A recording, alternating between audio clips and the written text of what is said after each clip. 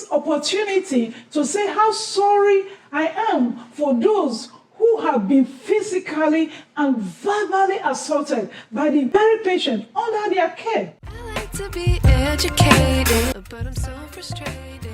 Hello to my... Hi everyone, welcome to Caring Heart once again. I'm Bernice Odudu. Is this your first time on this channel? You are welcome.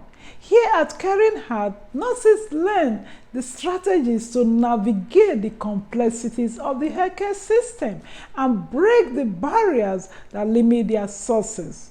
Valuable practical tips are provided weekly to help nurses build confidence, overcome cultural shock, and improve their career. If you do find any of the tips useful, please give us a thumbs up.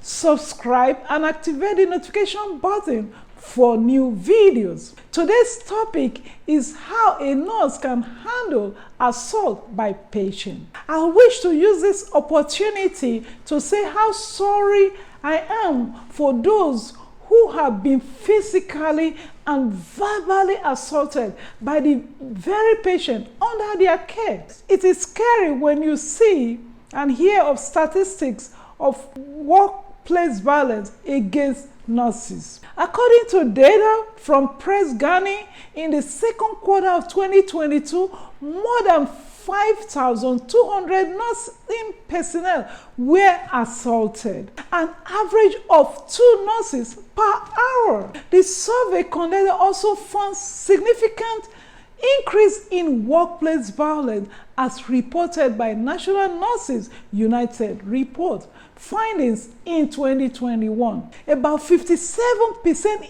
increase from the previous year.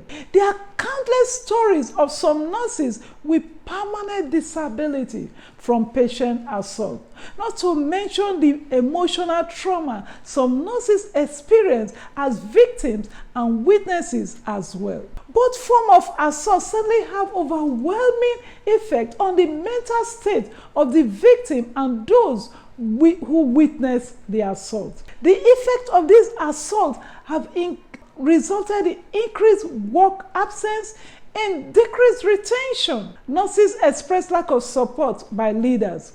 They believe that management have not done enough to protect them. Some shared lack of commitment by their campus safety officers to protect them from assault. Most nurses express that campus safety officers should put workforce member safety as #1 priority. Here are 10 tips to help nurses minimize the risk of assault by patients. 1. Safety training.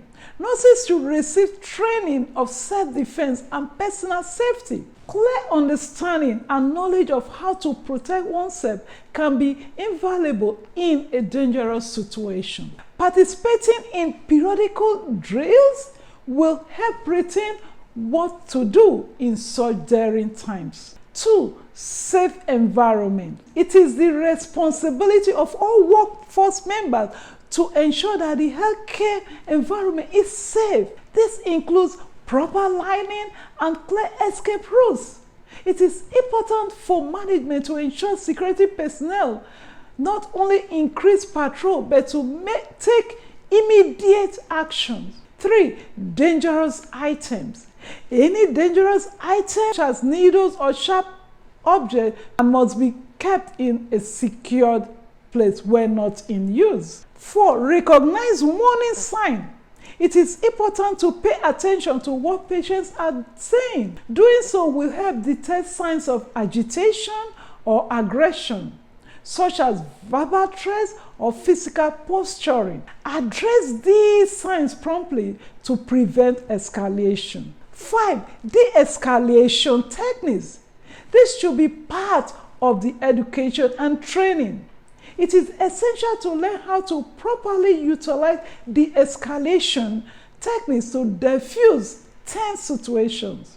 This may include active listening, empathy, and using non-confrontational languages. 6. Stay calm. Staying calm in stressful situations and compose are essential in tense situations. Patients may become agitated, but your calm demeanor can help de-escalate the situation. 7. Teamwork. It is very important to practice the Buddhist system. When you work with a colleague, you will feel a sense of security and can also deter violent behavior and provide assistance if needed. 8. Know your patients. It is very important to assess and review patient records for any history of aggression, behavior, or mental health issues. This information can help you anticipate potential challenges, and this should be included in handoff communication in every shift. 9. Effective communication. Open and respectful communication with patients is essential to develop a personal relationship with the patient. Take time to explain their care plan and ensure they understand any necessary procedures to reduce frustration or anxiety, especially when they are placed on nothing by mouth. Remember the saying, a hungry man is an angry man. 10. Report incidents. It is important to timely report any form of assault or aggression from a patient to your supervisors and security personnel. Document the incident thoroughly, as this information may be helpful in future preventive measures or legal proceedings. 11. Remember to seek professional help. It is important to seek the help of a professional counselor if anxiety and fear affects your productivity.